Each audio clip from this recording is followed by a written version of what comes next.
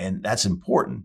And, having both spouses involved in that process, or spouses involved in that process, is just paramount. It's, I have a saying, I want you to live every day like a Saturday. Saturday is my favorite day of the week because I love college football. And I've always said this, every day should be a Saturday. I wake up on Saturday mornings and I am fired up in about a week and a half from now.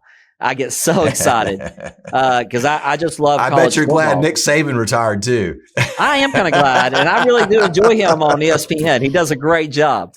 Yeah, but I think when you retire, you should wake up every day and be happy. And what are we doing today?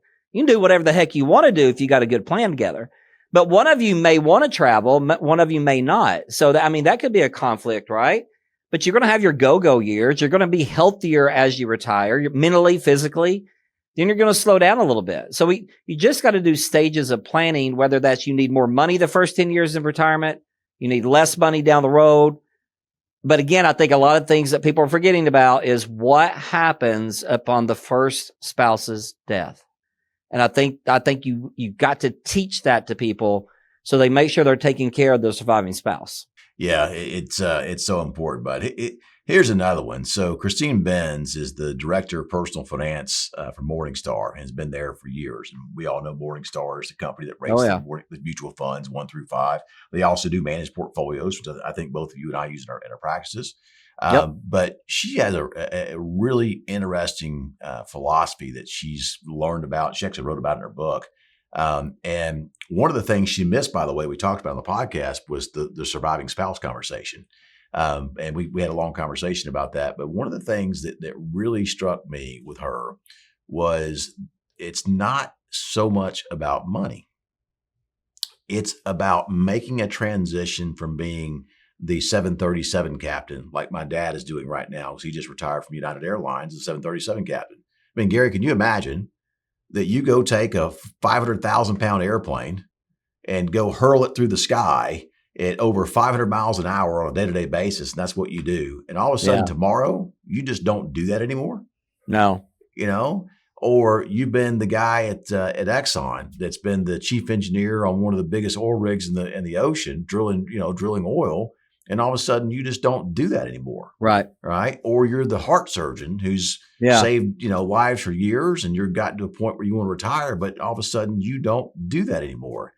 And the psychology that people go through and the emotions that they go through at arriving to that point is actually a lot of times more important what they do with that than the dollars itself. Yeah, it's you're just, not to toot my horn here, but you're making me think of my new book. My new book's called Retire Strong. And the whole book is based on why are you so worried about your wealth if you don't have your health? Because you're not going to be able to enjoy retirement without your health. But I really get deep into what you and I just talked about. What happens up here when you stop? Because if you just stop, and I did a study of a 65-year-old man that he just stops, Ryan. He comes, we call it a couch potato, just does nothing. His life expectancy is 6.5 years. Wow. So you work all these years, retire at 65, and you're going to pass at 71, 72 because you just want to be lazy and do nothing. You have to stay physical, but you also have to be mentally strong. You got to keep your brain working because you're going to get depressed. You're going to miss your coworkers. You're going to miss those conversations. You're going to miss flying that plane across the sky like your dad did. You're going to miss that. Even though you retired from it, you are going to miss it. Your body and your brain's going to miss it. You have got to stay strong, even working into retirement. As a matter of fact, I just sent Tristan, we do tips of the week, and I'm like, we got 21 weeks left of this year. So we're going to wait till 20 weeks next year just because it's easier 20. What are you going to do in those 20 weeks? How can you improve your life in the next 20 weeks? And that could be for somebody 25 or 85. It doesn't matter. But the whole goal is you got to physically and mentally stay strong and stay on top of your game, because it's really, really fascinating to me how our brain works, and your body will start going downhill quickly if we don't keep it active. Subscribe to Redefine Retirement on YouTube, Spotify, or wherever you listen to podcasts.